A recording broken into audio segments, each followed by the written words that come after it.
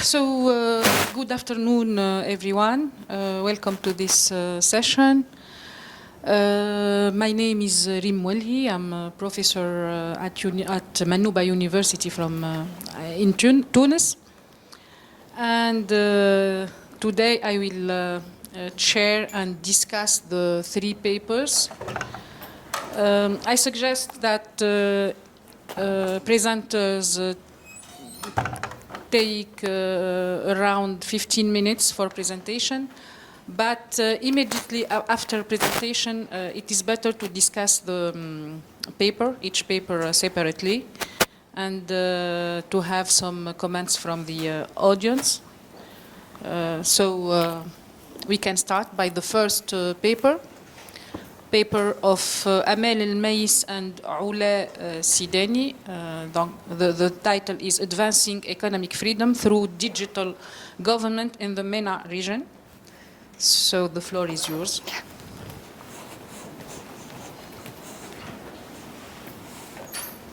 Hello. I will start with a simple question. What do you think makes an economy truly free?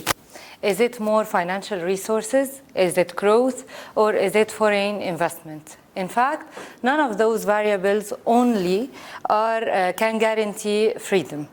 Real economic freedom happens when people and businesses can act, innovate, and thrive without being trapped into corruption, bureaucracy, or weak institutions. In MENA region, we talk a lot about growth, but we rarely talk about governance structure to unlock real freedom. Today, I, Amale El Maiss, PhD Economics, and my dear friend and co-author, Ola Sidani, Dr. Ola Sidani, will be talking about the digital government and, if done right, can become a game changer for economic freedom. Economic freedom means inclusive growth, efficient market, and strong property rights. In MENA region, we suffer from institutional weaknesses, macro instability, and digital gap, all of which hurt freedom and competitiveness. Strong institutions help allocate scarce resources to growth-oriented sectors. Digital government can drive real change if linked to reforms. Basically, our goals are to examine the impact of digital government on economic freedom, assess the role of governance and economic variables on economic freedom, and provide policy insights for institutional improvement, highlighting thresholds. Economic freedom depends on regulations, property right, access to market, and other variables. Digital government enhances transparency, decreases corruption, and increases public service delivery only if institutions are capable of executing it. Governance plays a major role here. A stronger governance increases trust and investors' confidence, but the reforms have diminishing return at a certain point. The intersection of digitized policy, governance, and macroeconomic context in MENA region remains largely unexplained, and this is the main gap we are addressing in our paper. We worked on a panel data set based on 16 MENA region countries that are listed here, dated from 1995 until 2023. We did the Haussmann test, and then it confirmed the use of fixed effect, which is what we anticipated, in order to ensure consistent estimators by controlling for unobserved heterogeneity across countries. As seen here, all robustness conditions are satisfied. Our main econometric model include the dependent variable economic freedom taken from the Economic Freedom Index by Heritage Foundation. And then we took the independent variable, the e-government. And then the control variables, we used governance, GDP, inflation, real exchange rate, and foreign direct investment. It's important to mention that we did the governance index taken from the Worldwide Governance Indicator. We took all 6 factors that are voice and accountability, political instability and no violence, government effectiveness, regulatory quality, rule of law, and control of corruption. The descriptive statistics show enough variation across countries and time to support panel estimation. Digital government is uneven. Governance show clear clusters, and this pattern support the need for further empirical testing. This is why we also the descriptive statistics confirm the need for fixed effect. Those are the findings for fixed effect. The findings are different. E-government index is positive, but unfortunately it's not significant. The governance, inflation, and real exchange rate are all positive and significant. Surprisingly, FDI and GDP are negative and significant. These give us clear signals, but also raise questions. Let us dive more into the analysis. We will start by e-government. E-government lack of significance means that digital tools alone do not lead to economic freedom. They need governance structure to function. Governance, the governance index showed to be strong, positive, and significant, which means that it directly impacts the economic freedom. In weak institutional systems, investing in transparency and rule of law means or leads to real gain. Finally, digitization without governance is like a software without a hardware. The system won't just operate. As for macroeconomic determinants for economic freedom, we have the GDP that is negative and significant, meaning that economic growth alone does not lead to economic freedom. It reinforces structural inequality and fails to increase or lead to economic freedom. Inflation and real exchange rate are both positive and significant, reflecting their role in promoting macroeconomic predictability and reinforcing investors' confidence. On the other hand, FDI surprisingly came out to be negative and significant, which points to a critical institutional gap. In weak governance, foreign capital may weaken market dynamics rather than supporting economic freedom. Regarding the insight, we have 3 main takeaways for MENA policymakers. First of all, invest in digital government but fixed institutions first. Second, government reform must come early and target fragile areas. Third, macroeconomic stability matters. Inflation and real exchange rate are not just number, they shape trust in the economy. FDI will not help if the system is still not ready for it. And economic growth alone does not guarantee freedom, but structure does. Regarding the policy implications, we should invest in digital infrastructure and public service platform. It's important to bridge or close the gap, the digital gap.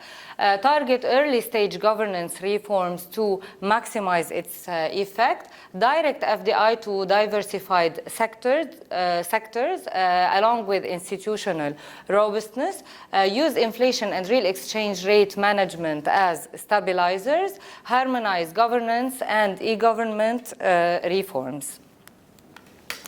In the end, digital transformation alone is not magic. Without trust, without governance, without strong institutions, digitizing weak systems just means that we are automating failure. The future of economic freedom in the MENA region lies in integrated reform, digitized institutional and macroeconomics all working together. That is the path from leading to fragile freedom into real sustainable freedom. I hope you liked our paper, and I'm looking forward for your comments and questions. Thank you. Thank you. Thank you, Amale and Ola, for this very clear presentation and very nice topic. Just to remind about the main aim of this paper. So this paper discusses the institutional factors influencing economic freedom, especially governance and e-government within the macroeconomic context of 16 countries of the MENA region during the period 1995 and 2023. Your main hypothesis is that digitizing government operations and services lowers barriers to market entry, reduces administrative inefficiency and corruption, and so on. At the end, this enhances economic freedom. So both concepts, e-government and economic freedom, are largely considered in the literature, but the analysis of their association is still new, emerging, and this makes your work interesting. Also, you use a very rich database, about 16 countries observed, each one over 28 years. Now I have some comments and questions. The first point is a shape problem. You take the tables of results from Stata and you copied and pasted them, but you can do better by formatting, by changing the format on Excel, for example. The second point is that you don't present your main variable, which is your dependent variable, which is the variable economic freedom published by the Heritage Foundation. So you don't say how this index is built, what is the components of this index. So I had to go to the site of Heritage Foundation to understand what it is and what are the components of this index. You can add something as a footnote or in an appendix. It could be more interesting.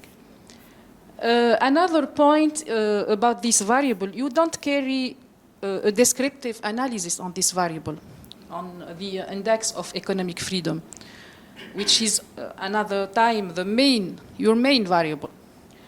For example, it is important to position the MENA country relatively to other regions in terms of this index. And it is important to monitor the evolution of this index to see which countries are experiencing an improvement in economic freedom and which one are not.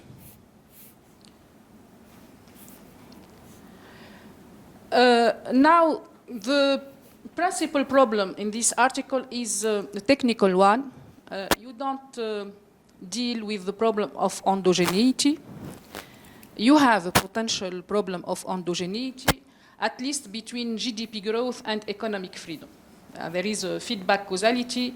Your model is explaining economic freedom and GDP growth is an explanatory variable, but there is a potential problem in the other side, and you don't speak about this problem, but not the only. This is not the only problem of endogeneity, but even, excuse me.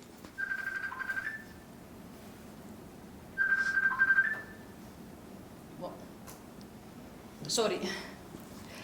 There is another problem of endogeneity between the variable FDI and economic freedom.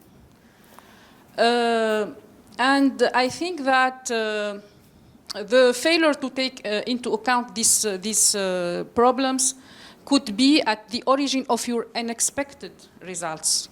You speak about unexpected results. I don't know how to... to make it. You also speak about unexpected results. And I think that, and you have a lot of unexpected results. So I will come back to these results. And I think that the main reason for these unexpected results is that you are not caring for the problem of endogeneity, but not only that, but you have a very long panel. You have 28 observations over time by country. That is, it is a long panel. And in a long panel, but you don't test, for example, for proportionality, and you continue using the classical method, fixed effects, random effects, Osman test, which are good when we have a short panel. When we have a long panel, we need to do some stationarity test, maybe to test for co-integration panel, and so on. So the methods you used don't fit well with the nature of your data. Also, you could control for regional differences and distinguish between North African and Gulf countries, oil exporting and the rest of countries. Here I'm quoting you in red. There are some problems of result interpretations. I think that you must review and revise some of your interpretations. As an example, your results suggest that e-government index, which is the main explanatory variable, is not significant. But you conclude, you build your main conclusion on this, saying that the findings of this research show that digitizing government operations and services plays a major role in improving the economic freedom of a country. But your results suggest the opposite. There is, the opposite. There is no effect. So we cannot build, even if it is positive, we will not interpret a coefficient that is not significant. And there is the same problem for the variable inflation. The variable inflation is significant with a positive effect. But in your interpretation, you speak about a moderate inflation as a catalyst to market dynamism and economic activity. This is unexpected as a result. That is, when inflation increases, you have more economic freedom. That is not expected. But you interpret badly these results.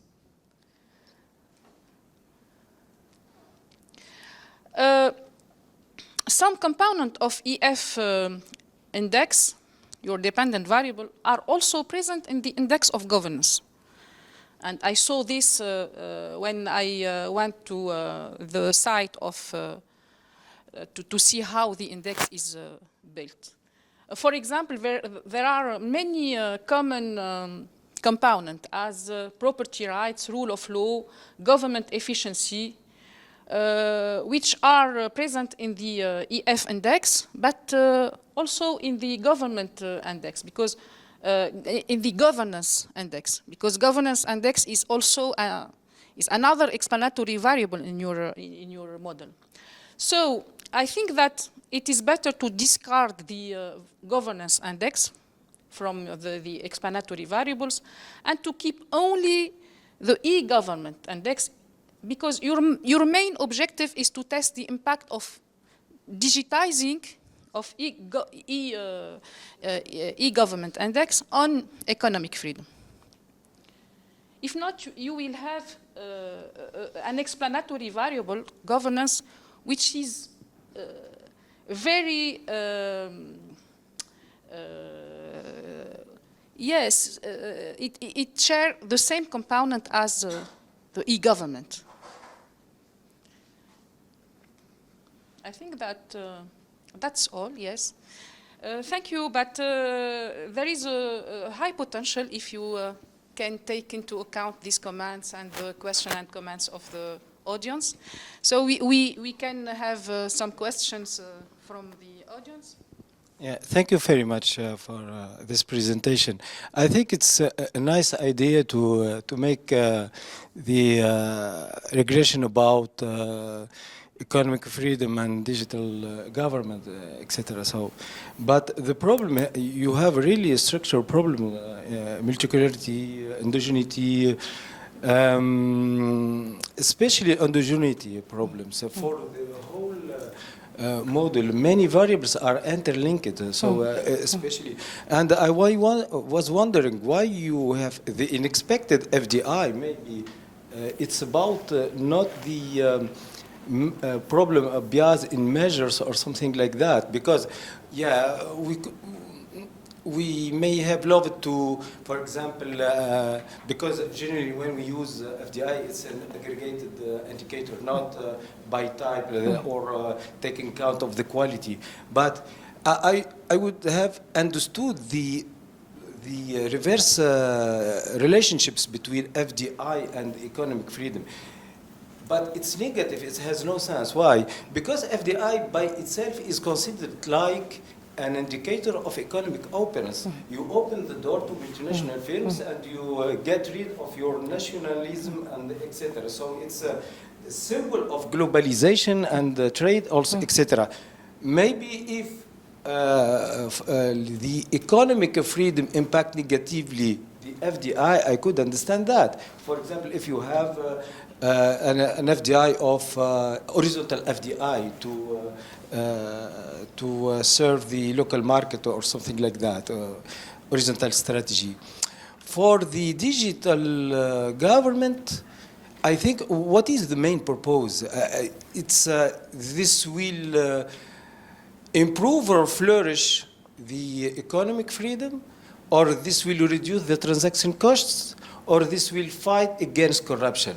Because with digital governance like that, it's a general concept, and we don't maybe we have to deep for this to look for the channels through which digital government will improve the environment, the economic environment.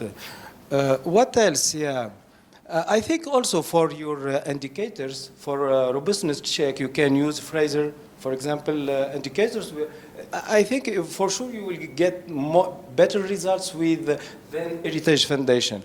For the Heritage Foundation, they are built on the American conception or perception of freedom.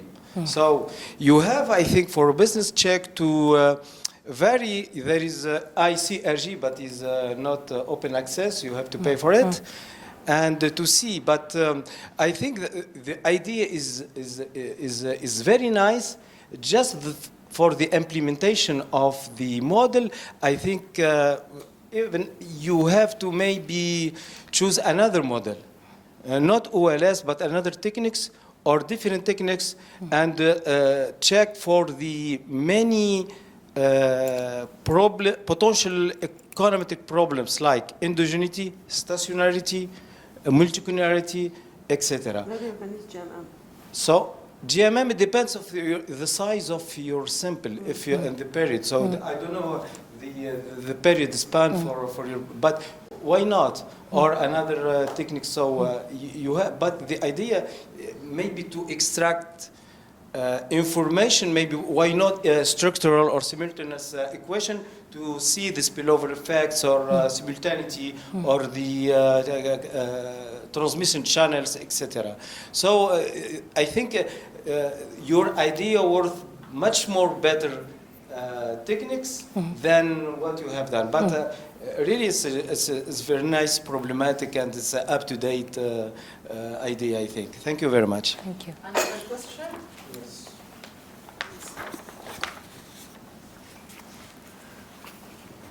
Thank you very much. I think maybe mine is just to commend the efforts, like my colleague just mentioned. The topic is very relevant, particularly for the MENA region. I think, particularly when I look at the consideration put into the concept itself, because they put elements, which is again a good validity element. So they put corruption, they put improvement in governance through the lenses of e-governance. So I think, particularly if I look at, if we talk frankly, and when we look at the issues of corruption in the MENA region, so the more you reduce human-to-human interactions, and you make it like a human and machine interaction, then you reduce there is a likeliness of reducing corruption in the MENA region. We live in the same country, so we know what does it mean. I'm also happy because this kind of papers are bringing back to the debate of the role of institutions in economic growth. Although they're now trying to look at a particular angle. So I think if you take into consideration, I think these are valid inputs from the colleagues that will really strengthen the paper and also will allow you a better and strong papers in the future. So, but it's a good effort, and thank you for doing it. Thank you. Another one? Another question?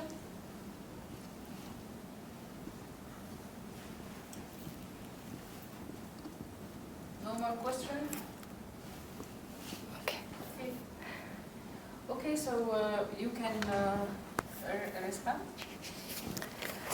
Okay, so basically regarding the stationarity, I did it, but I did not mention it in the paper. So I will try to work on it to include it. And regarding the fixed effect, What are your results? they were okay. This is why I don't know why I didn't face an issue. This is why I ignored it.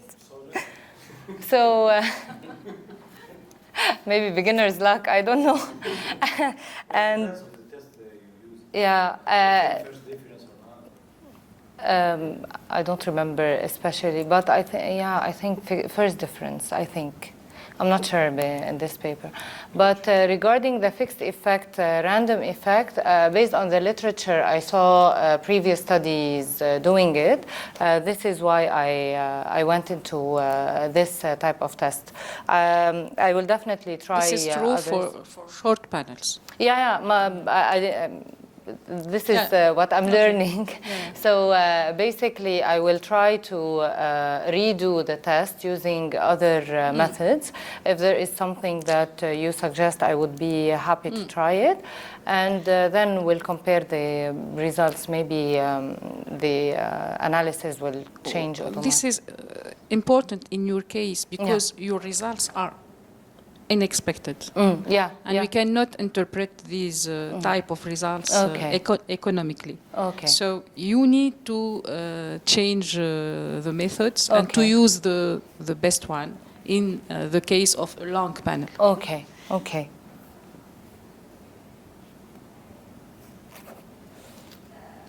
Thank you. Okay. Yeah. Okay. So we can move to the second presentation.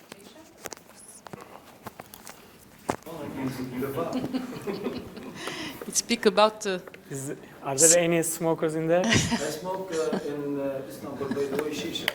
Shisha. Oh. Okay. Go on, please. Okay. Hello, everyone. It's very crowded study. So I am Yenal Yiğit from TOBB University in Turkey. I will present to you the impact of price, legality, and flavors on consumer decision, a discrete choice analysis of nicotine products in an illicit market. This long title, I forgot sometimes. So this is our disclosure notes. This study was funded by the Global Action to End Smoking Incorporation. as you know, smoking cigarettes carries a substantial health risk, a serious health risk. So its prevalence remaining is troubling levels. More than 1 billion people in the worldwide use tobacco products, and they face the risk of the tobacco-related mortality and morbidity problem. In Turkey, it's a very serious problem. Almost 30% of adults are current smokers, and this prevalence rate has not been decreasing for many years. In the tobacco market, there is a major changes, which is the non-combustible cigars like electronic nicotine delivery system emerged in the market, known as e-cigarettes, electronic cigars, vapes. Maybe anyone use it, I don't know. There is a debate about these products. One of the aspects is that their thrill and use among non-smokers could lead to nicotine addiction and potentially result in smoking dependency. And on the other side, they pose significantly less health risk than traditional smoking, and they help to these e-cigarettes products help to reduction of smoking or cessation. Our objective of the research to contribute to the literature on the economics of illegal markets, because many countries bans these type of products as Turkey, but the users still can buy it on the under-the-counter markets. And we're using the online discrete choice experiment, and we investigate how products, types, and attributes impact consumer choices. And we have actually 4 products type, 3 products type, and plus use nothing options. Our product types is packaged cigars, you know, traditional cigars, and roll your own cigars, you know, yeah, and vapes. The cheapest one. Sorry? The cheapest one. Yeah, it's the cheapest one. Yeah, and we have product attributes such as price, legal status, and flavor availability. I try to talk faster because of the time limit. And what's the impact of the legal status of products in the market? Actually, we try to answer this question. There is a recent time this literature is growing faster, and you know, maybe you heard it. Nicotine-contained vapes improve smoking cessation rates compared to the nicotine replacement therapy, nicotine gum, nicotine patch. This is the NRT. Okay. And substantial scientific evidence suggests that vapes are less harmful than traditional cigars. Vapes are, because they are not contain some dangerous products, tar. Yeah, but it's not totally risk-free. I'm warning to you. It's not totally risk-free, and there is some unintended consequences. For example, when the electronic cigarettes taxes increases, so the traditional smoking cigarettes is increased also, especially young people. And other one, a restriction on flavored e-cigarettes decrease the use flavored products, but they often lead to high rates of traditional cigars. What happens in Turkey? What's the regulation in Turkey? Turkey has long been at the forefront of tobacco control. The Turkey is the first country to adopt the WHO tobacco control measures, empower, monitoring, protect, offer, help to quit, warn about danger, enforcement, and raise taxes. We have all ones, and the first country. And in Turkey, the cigarettes has very high taxation. Almost 90% of the sales price is equal to tax. Okay, it's very high. And since 1996, smoking in public places banned. And there are sales restriction, promotion restriction, advertisement restriction, ban on menthol cigarettes, various flavored cigarettes, and we have plain packaging and health warnings, graphics, all of them actually, all of them actually in the Turkey as well. And after the February 2020, banned imports of all tobacco health-related products banned. There is just some little exception. One device per person, along with the solution. Sorry about that. So, our data actually have two parts. We collect the data online platform, and there are 2,205 participants, half of them users, half of them non-users. And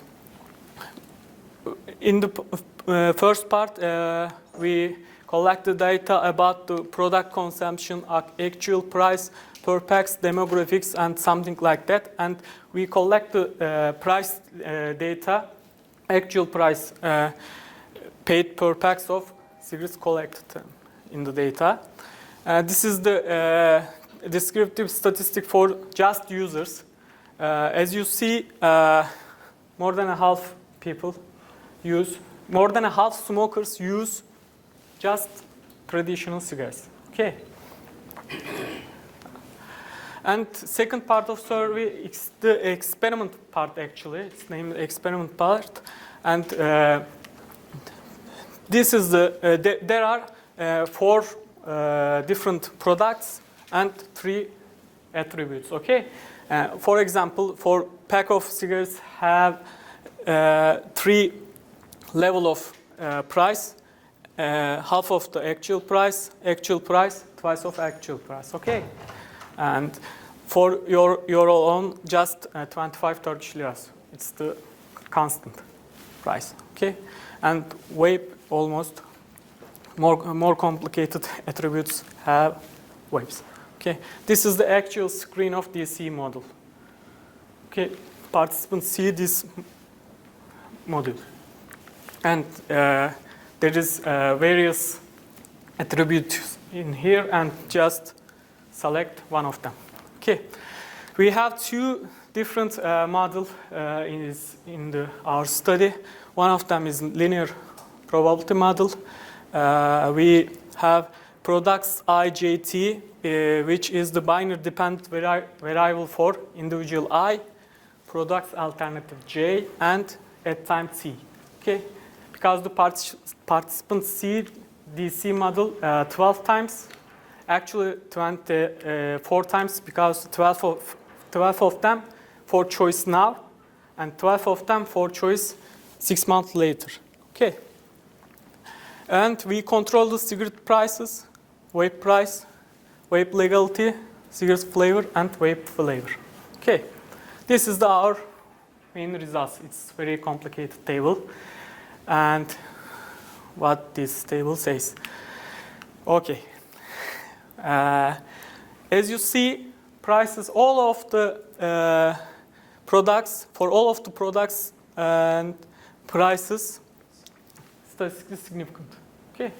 When the, for example, when the 1 Turkish liras cigarette prices increase, the probability of choice cigarettes decrease 0.2 percentage point decrease. Okay, and when the cigarette prices increase, the probability of choice of vape increase also, cross price elasticity. Okay. Similarly, and legal status is the same, but to wrap up, if the under-the-counter or strictly banned vapes are in the choice sets, preference for vapes decline and cigars is increase. It's actually it's very expected results. Am I wrong? Okay. But it's interestingly, if menthol flavor is offered to the participants, probability of choosing cigars is decline. I think this is the cigars is cigars is inelastic product. Yeah. Because of addiction. I quit after the 18 years. And second model is that this is the utility function, as you know, and we estimate with the mixed logit regression. This is the utility of the individual I attained by choosing alternative J, okay, and alternative specific constant term for products J, cigars, roll your own, and vapes. Baseline is the quit. Okay, this is the captures the average effect of the utility of all factors that are not included in the model. Okay, this is our results. As you see, price is significant, legal status significant, menthol is significant, but vapes are not, and all alternative specific constant term is significant. Highest one is cigarette and roller on and vape. Okay. What does this say? What I am saying? High product prices significantly reduce consumer utility. It's very expected result. But among the smokers, highest utility obtained from using cigarettes compared to the quit. Okay, it's interesting results actually. It's not interesting results because of the addiction, but and followed by roller-on cigars, vapes, and quitting. Okay. This is the willingness to pay results, our willingness to pay results. Willingness to pay estimates in Turkish liras and as a percentage of average price of packed cigars. What this table says us, and the participants willingness less, 20 Turkish liras less for choosing illegally sold products.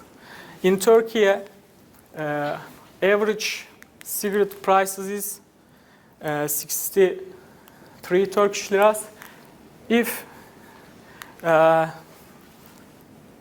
43 Turkish liras offered for illegally sold products, they accept it. Okay. This is the pulse experiment. This is the market share projection under different scenarios. This is the baseline scenario. Baseline scenario is as same as the Turkey scenario. The market share projections say that cigarettes market share 60% of in the market contains just cigarettes, and 21% roller on, and 17% vapes, and 2% just quit. Okay, this scenario. What happens? Change the vapes legality status. We make the legal, and at the current average vape price. Okay, just change the legality of vapes. The vapes market share is increasing, and the market share of cigarettes decreasing. What if makes vapes legal status changing and the vapes is legal and the vapes average price twice? What if we do that? Differently, the market share of vapes slightly decreasing, and this the cigarettes market share increasing very high. To conclude that there is a strong price and cross price effects observed if the under-the-counter or strictly banned vapes are in the choice set. Probability of prefer for vapes declines and other products increases. Consumer drive significantly disutility from illegal salt as expected, and strictly banned products reduce utility higher, and there is no statistically significant effect availability of various flavor for vapes. And to conclude, at the end, market prices are really important, and legal status of products also important. Thank you for listening. Thank you. Thank you, Yenal, for this very nice paper. I really enjoyed reading this paper. It's very interesting. Thank you. With a very nice method. To summarize, this study examines consumer preferences for manufactured cigarettes, choice between manufactured cigarettes, roll your own cigarettes, and e-cigarettes. And it focuses on the impact of product attributes on consumer choices. The second point is that it, which is very policy relevant, it explores the implications of regulatory actions on consumer behavior, as you said, for example, restrictions or prohibitions targeting some flavors or some products. At the end, the main results demonstrate the significant role of both own price and substitute price effects on consumer behavior. And the legal status of different products emerge as a critical factor in shaping consumer comportment and choice. This is a very topical subject, given the rising prevalence of new products, e-cigarettes and so on. This is also a little explored thematic on the economic level. And this is shown in your bibliography. As you said, the bibliography is very new, 2020 and beyond. And this makes your work very interesting. And also the empirical analysis and design are very robust.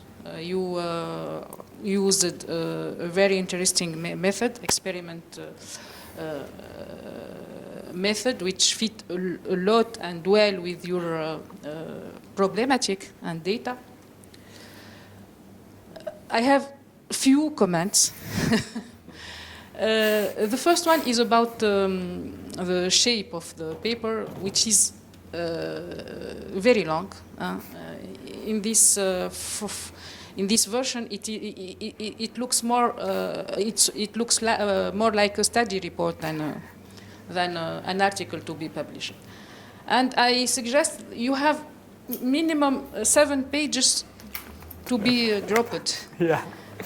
I think about the paragraph speaking about the linear model, which is not the good one in your case.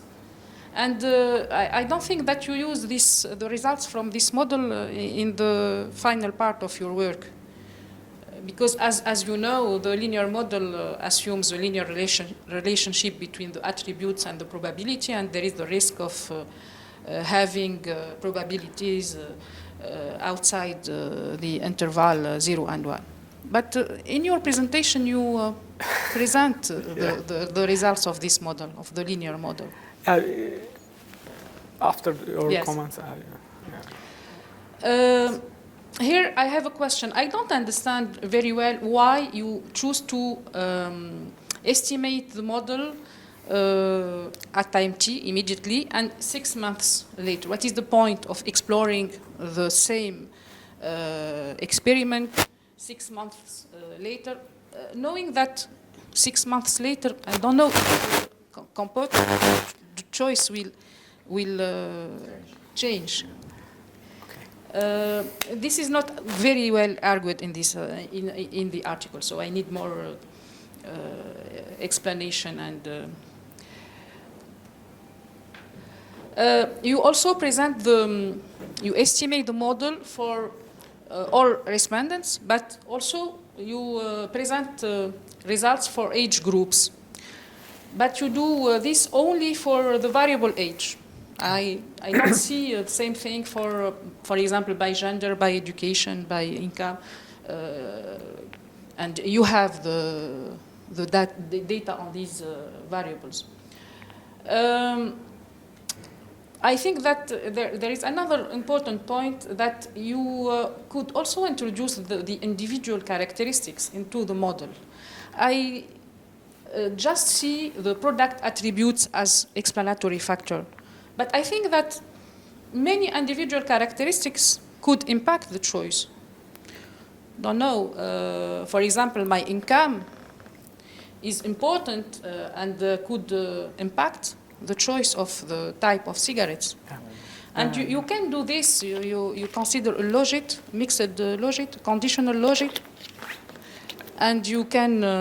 I don't think that there is a problem to introduce the personal, the individual characteristics. I tell everything you ask about. You will have time to respond. At the end, you used a discrete choice experiment, which is the method that fit, as I said, with your problem and with your data. Which is a method used to understand how people make a choice among several alternatives with different characteristics or attributes, and which is very useful when we don't have real data, and when we don't have real choice, and when we don't have variability in attributes. As in your case, for example, price don't vary between individuals. Yeah. It's the same for all individuals. So with the discrete choice experiment, you work with a scenario, with different scenario, with different price in terms of hypothesis. And but just I suggest just to recognize and to recall its limits. The discrete choice experiment and its limits. It has advantages, but it has disadvantages. And the main disadvantages is that respondents may give answers that don't correspond to their choice, real choice in real life, and that all your results depend on the attributes you included in the experiment. And if you omit one important factor, you consider 3 attributes: price, flavor, and legal status. But if you omit one of these factors, this can bias the result. That's it. Thank you. It's a very nice paper with a very high publication potential. Thank you. If you are okay, I tell you something about that. Or after the... to have some questions. After that, you can respond. Thank you very much for this really interesting presentation. I enjoyed the flavor of your work. Just to mention, 20 years ago, I met someone who he was working on the same subject, and I was surprised to not say shocked by his work, but he ended up by publishing his work in highly ranked or prestigious. Because we forget that the industry of tobacco generates billions of dollars, so it's worth working in it in terms of productivity, health, etc. I think, for me, for example, you by hypothesis, you think or you believe that there are the different kinds are substitute, but sometimes they are complementarity. There is a complementarity. Someone who smokes the three kinds depends of his income, depends of his also the inelastic demand. Maybe sometimes if the income will decrease, we'll buy another. And we have also to for the this is for the legal system or the fiscal policy to fight against tabagism. We have to not underestimate the black market or illegal sold for this. I think there is room for improvement if you, for example, include the life stress or something like that. The geographic location, if you work in capital or something like that, yeah. So thank you very much. Another one? You feel tired today. It's the last day, the last session. Yeah, last brief. Is there another question? No smoking. No. We are against smoking. I just had one simple question.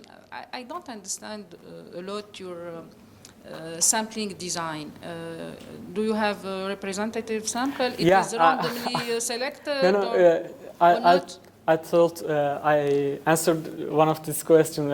It's the, it's actually. You went fast on this question, yeah. Okay.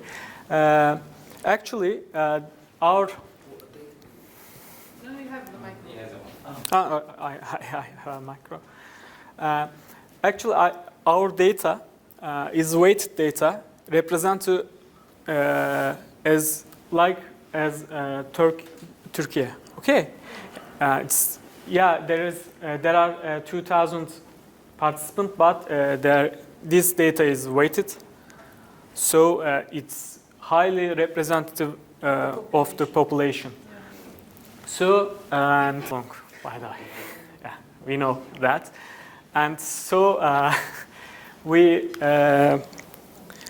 did lots of estimates. And one of the... It's around 40 pages, I think. Yeah, 40 pages. 40 pages, just main... Without appendix. And we did conditional logit model. And we control the individual characteristics. But it's longer than the... Okay, so yeah, we have appendix. And we can't present to you. Sorry about that. And so individual characteristics appear to be significant. Some of them, age, income, and region. Turkey is a very big country, so region. Except the region, is the significant expected result actually. It is more important to include the analysis with individual characteristics and to drop the part on the linear model. Yeah. Yeah. And we did by gender. By the way, it's. When we divided the gender, tobacco is not in this study. My PhD is about tobacco, by the way. for genders, for females, it's different choice, different characteristic for female, because you expect that when the education is higher, the using smoke cigarettes is decreased because you better knowledge about health issues, so you likely to quit smoking, you know. But in the female in Turkey, it's opposite. Okay, it's very interesting characteristic in Turkey, and yeah, we actually in recent version of this study, our main model is mixed logit model, and we get through the appendix the linear model. Thank you. By the way, you have to check with linearity. It's pretty easy. So you can add the square of the independent variable to see if it's linear or not. No, it's Their dependent variable is qualitative. Oh, okay. yeah. 0 or 1. 0 or 1. It's actually is the typically logit model, actually, and typically logit model, but it's the very complicated one, as you see. So we use the mixed logit model because it's and conditional logit model also, and this is the same, I think, in here. The preference of smokers does not change among now or 6 months later, but in USA it's very different. There is change. Yeah, when you ask to the participants, smokers, what do you think about 6 months later? Do you quit or not? Yeah, I will quit. They say. Because But 3 times more than in Turkey or something like that, you know? maybe But it's over 6 months. over 6 months it's not change. Yeah. So, but actually we put it there for this aspect because we we collected data USA partners, but in Turkey it's almost the same, almost equal, actually. Yes, but it's expected. Yeah, it's expected. Maybe it's important for robustness check. Maybe, but they expected actually 6 months later when we use electronic cigarettes and we can quit. Maybe for many country, for example, England is legal. Electronic cigarettes is legal in England, but in Turkey it's under the counter data. Okay. Thank you. And just to add some footnote, it's about advantages and disadvantages. It's there's a trade-off. There's a trade-off between actual data or experimental data. I'm sorry, does the Turkish consumer care about the outreach of the harm effect of cigarettes or not? Or they don't care at all, they are addicted to it and they don't have the will to change that, at least in the medium term or something like that? As you say, because there are a lot of sensibilization by the state to push people or to incite them to keep smoking or something like that. Yeah, you are right, but it's very addictive products. Okay, and in Turkey, it's the starting age is very low, 6, 7. So when you start using cigarettes, it's very difficult to quit. Yeah, it's very difficult. Okay. Thank you. Thank you. I have to stop here. Oh, thank you. Thank We you. have a further Thank you. presentation. Thank you. We have to move from digitalization to tobacco to food. And I think that food is the more important. Good afternoon, everyone. I am Mustapha Jouili, lecturer in economics at the University of Carthage in Tunisia. And this paper is prepared with Mohamed Amine Welleni, who is my PhD student. And it is a contribution to the debate about food subsidized policy in Tunisia. Then I began with the introduction. Then I present the evolution of compensation expenses. I explain what variable affect the expenditure compensation, based especially on the case of weight. A little econometric analysis, and I finish by some conclusions and recommendation.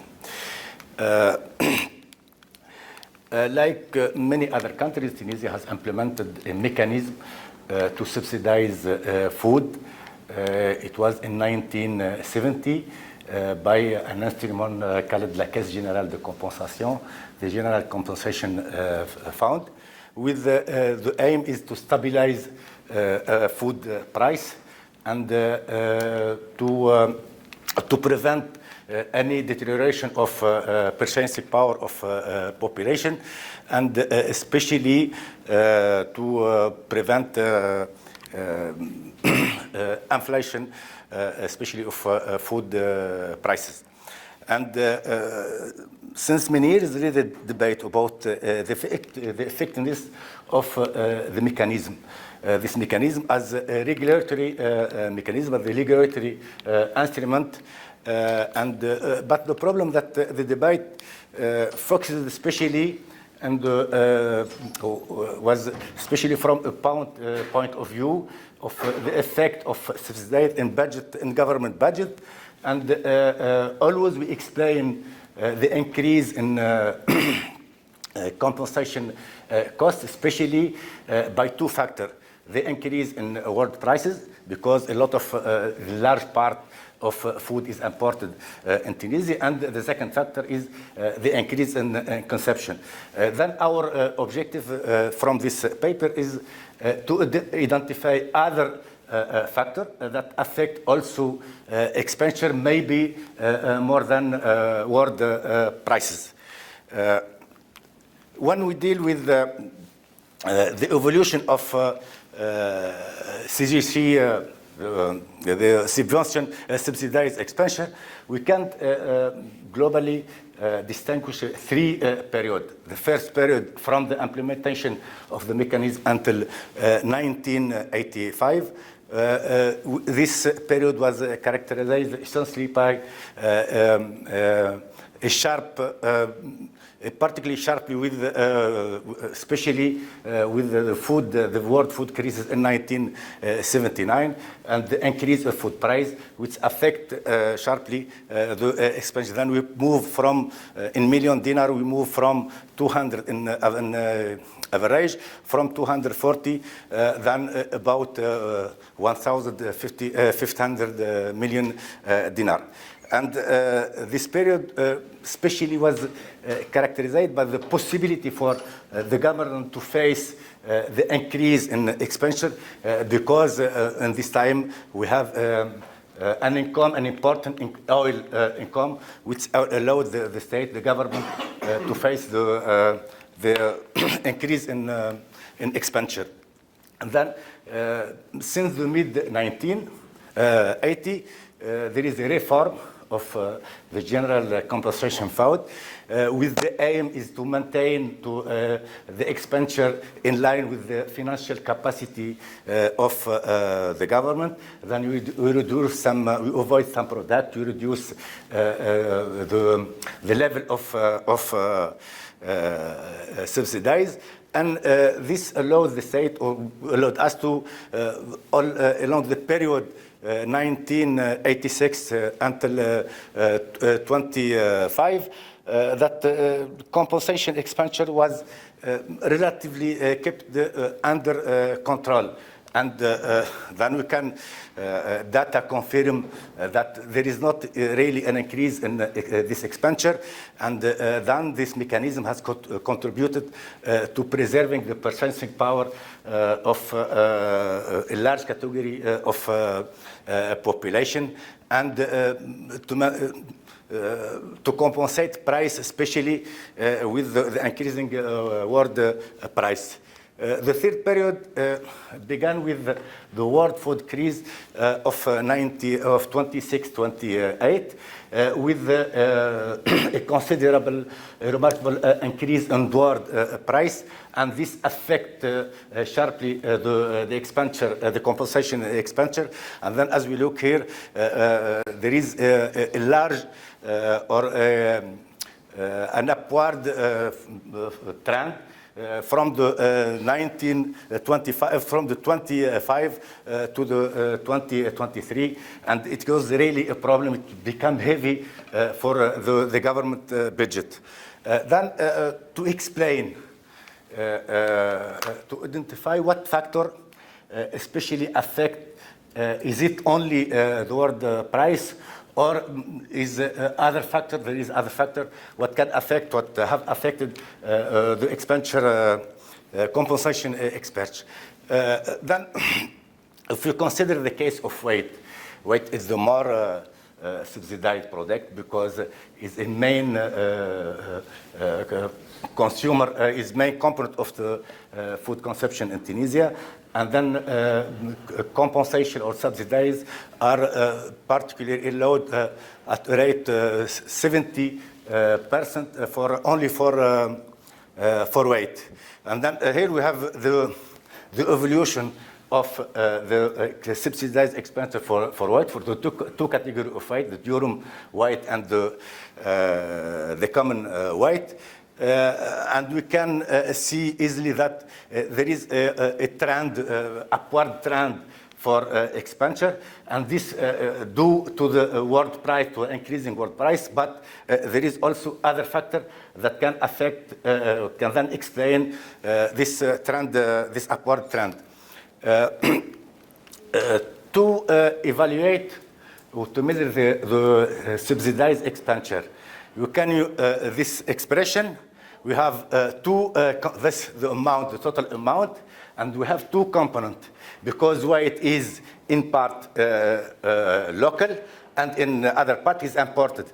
Then we have this first component. This first part is represents the imported wheat. The subsidies allowed to the affected to imported wheat, and the other the other part is the expenditure of the subsidies affected to the local wheat. With S is the annual amount, subsidized amount. PM is the import price expressed in dollar. PP is the producer price, the price given to producer, and PC is the transfer price. Because subsidies are allowed by the cereal office, and the cereal office collected wheat from importer and also from local producer. By importer price and also producer price, and he resell the office of cereal. He resell this wheat to mill by what we call transfer price, which is less than producer price and importer price. And the difference by unit, the subsidized by unit, is the difference between producer price and transfer price for local weight, and the difference between import price and transfer price for imported weight. Then what we can observe that there is other factor that can affect also the subsidized expenditure, such as import price, exchange rate, also 3 minutes ago, producer price, and transfer price.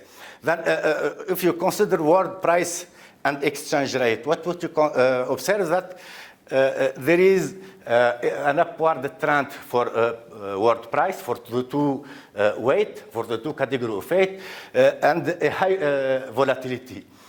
But when you analyze the evolution of subsidized expenditure, what we observe that an increase in world price implies a sharp increase in subsidized, but conversely, in contrast, when there is a fall in world price, the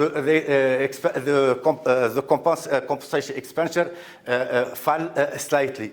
This can be explained by the exchange rate. When we compare the price index expressed on dinar, on Tunisian dinar, and on dollar, what we observe that since maybe 29, there is a gap between the two price, and the gap become more and more important, and this gap is linked directly to the depreciation of Tunisian dinar. Then when we have an increase of world price, the effect of the increase is reinforced by the depreciation of local currency, and in contrast, when we have a fall in world price, the impact of this in expenditure is offset by the depreciation of the local currency. The other factor that explain the expenditure is the quantity subsidized. It's normal that expenditure depends on quantity. But when you consider total quantity, it almost maintained unchanged between 25 to 2023. Quantity has increased by a rate of 1.2%. But to explain the impact, you have to consider the structure of the quantity, subsidized quantity. There is two quantity, imported quantity and local quantity. What we observe that local quantity are maintained at a low level, but in contrast, we have an increase in imported quantity. As price, imported price or world price are more than local price, and then this implies more subsidized for as we have more as we import more, we have to subsidize more the consumption price. Then we can confirm that the expenditure or the increasing in expenditure, which appears linked to increasing world price, it is in fact linked to the food dependency of Tunisia, especially for wheat. As we know that about 90% of common white is imported, and about 60% of durum white is also imported. That's why the effect, the impact of world price is important in terms of expenditure. The other factor concern producer prices and transfer prices. What we observe that the transfer prices are maintained almost unchanged, because for the government there is two alternatives face an increase in world price. The first is to pass on this increase on consumer price, and then with the risk of inflationary pressure. And the second alternative is to pass on in form of increasing subsidized expenditure. And that's why government has almost tried to have a constant and unchanged transfer price. It is the same for producer price, because producer price there is also two contracts for the government. The first is linked to the wage, because if you have to increase producer price, you have to increase also consumer price, and you have to adjust the wage.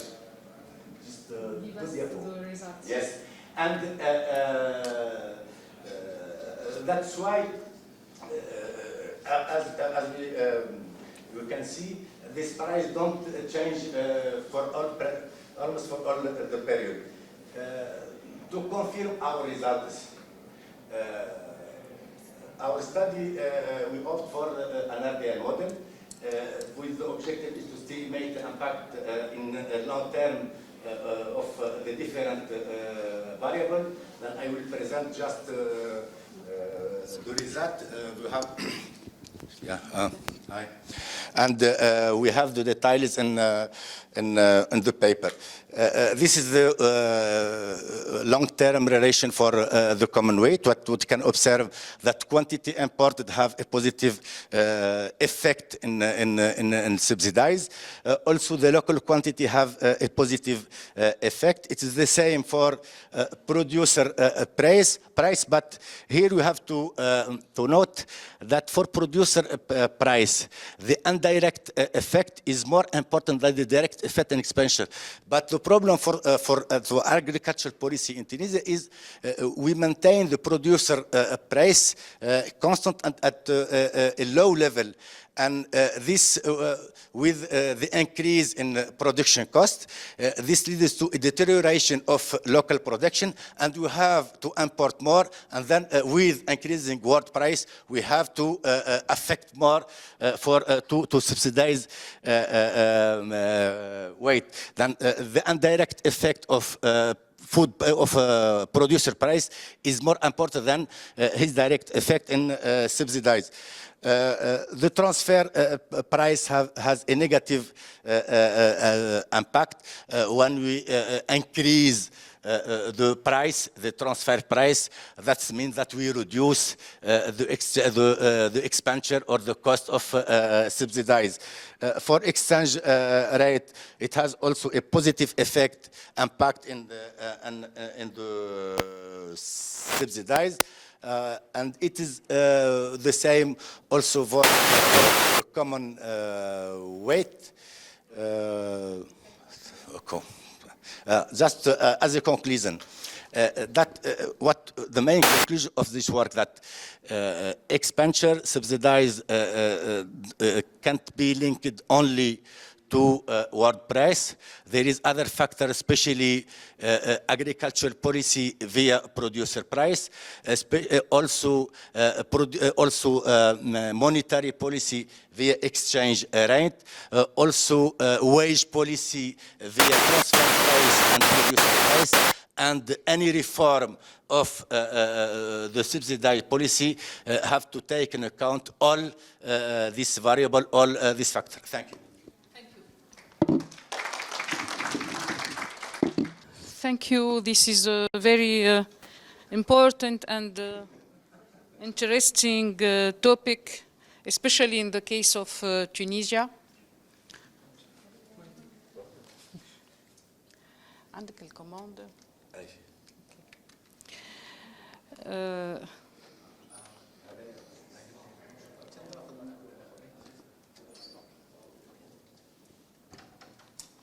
So I said it is a very interesting and topical subject, especially in the case of Tunisia. To summarize, this paper analyzes the contribution of various variables as imported quantities, world prices, the exchange rate, to the increase in food subsidy expenditure in Tunisia. That is the main point. As you know, the main objective of this spending was to stabilize the prices of essential consumer products in order to safeguard the purchasing power, as you said, and also in order to maintain the competitivity. But unfortunately, many Tunisian studies show at the end, they show that at the end, the richest are those who benefit the most from these subsidies, leaving a very heavy burden on the state budget, as you said. So another time, it's a current issue and a pressing matter in Tunisia. In fact, with the increase in the cereal prices and in the imported quantities resulting from our increased food dependency, food subsidies become a heavy, very heavy budgetary. Just to give you an idea, food subsidies go from 900 millions in 29 to 2,500 millions in 2023, which is a multiplication by almost around 3 times, and that's huge. This paper presents a very rich and detailed descriptive analysis, especially on the evolution of subsidies and their drivers, their explanatory factors. One problem about the shape, you have a high number of graphs in this paper. You consider graphs by sub-period, and this makes the paper very long and a little bit heavy. So you can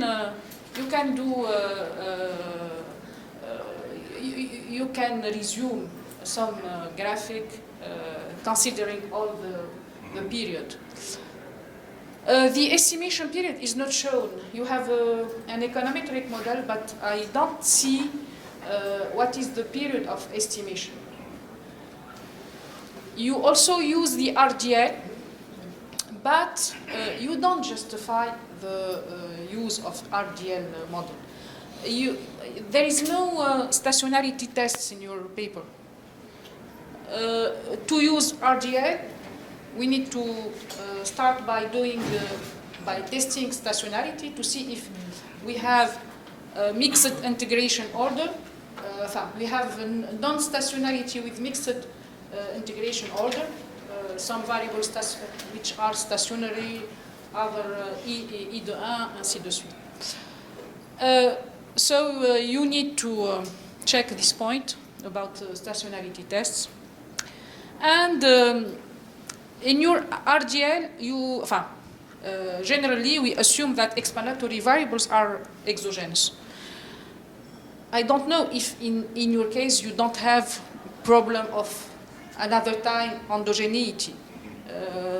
For example, what about the quantity imported? The quantity imported, I think that it depends on many factors which are in your model. So check for the problem of endogeneity. I also see that your conclusion is very brief. You don't highlight your main results. There are a lot of interesting results, but it's not very well presented in your conclusion. And at the end, and as expected, all the factors that you considered were significant. They impact the amount of subsidies, and this is expected. But what would be interesting is to calculate the contribution of each factor. So then you have to use another method to calculate. This is simple.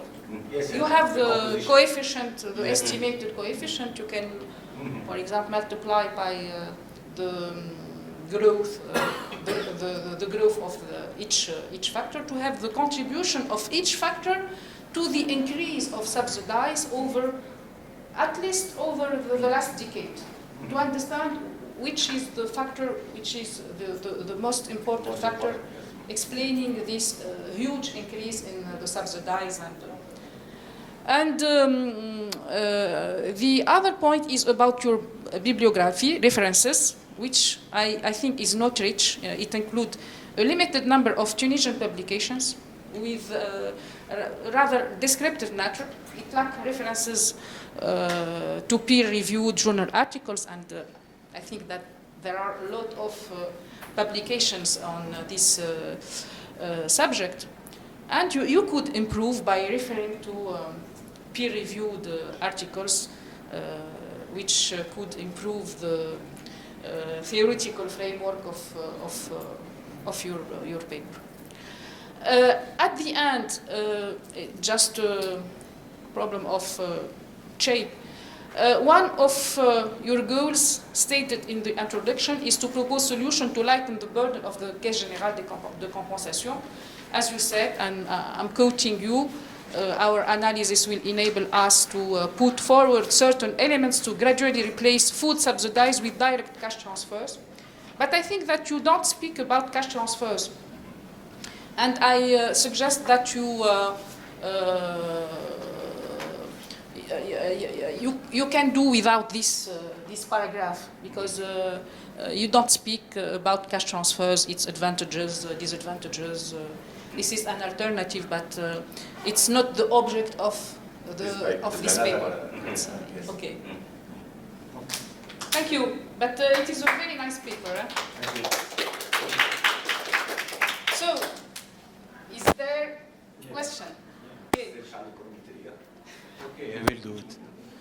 Yeah, very important subject, and especially as a Tunisian, I think my well-being, it depends on but I didn't see in the conclusion, technically speaking, how we can prevent, for example, from the volatility of the international price, because it's about the stability of the country. As you know, food, especially wheat, etc., they are strategic products. And if we remove, as under the recommendation of the IMF, this will put at risk the stability. And we had the experience in, I think, what we call the bread uprising in 1982 or something like that. So I'm wondering, I address my this comment to not to your paper, but to the government, Tunisian government, why they don't Produce even more. this, do more effort to imagine a radical solution to reduce the dependence of our well-being to the external shocks. For me, for example, why we don't stock wheat? Why we don't make long-term contracts? And why we don't, instead of the selective strategy, as you mentioned before, why people, we have to, the subsidies should be made in efficient way. Okay. So fighting corruption also is very important. I would love it that you worked with a professional, someone who is from the field, to explain you what is technically speaking, why we don't look for a technical solution, not just a policy monetary exchange rate policy, etc. We know that, but why we are stuck in the same level since maybe Decades. Decades, yeah. How we This can... is a very big question. Yeah. I don't think. Okay, thank so, you. Is there another question? No? So, Mustapha, you can give us some clarifications. Some clarification.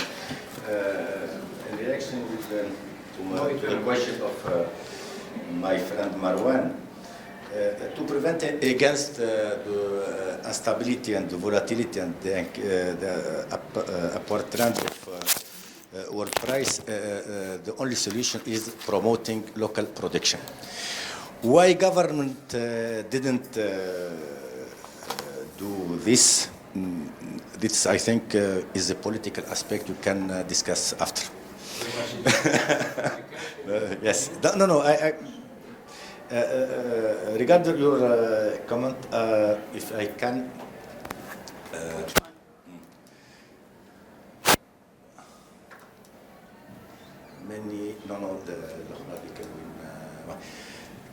Many Tunisian studies show that at the end of the richest are those who benefit the most from this subsidized living a very high. I think that it is not really true. Yes. If you take the relative importance of subsidies,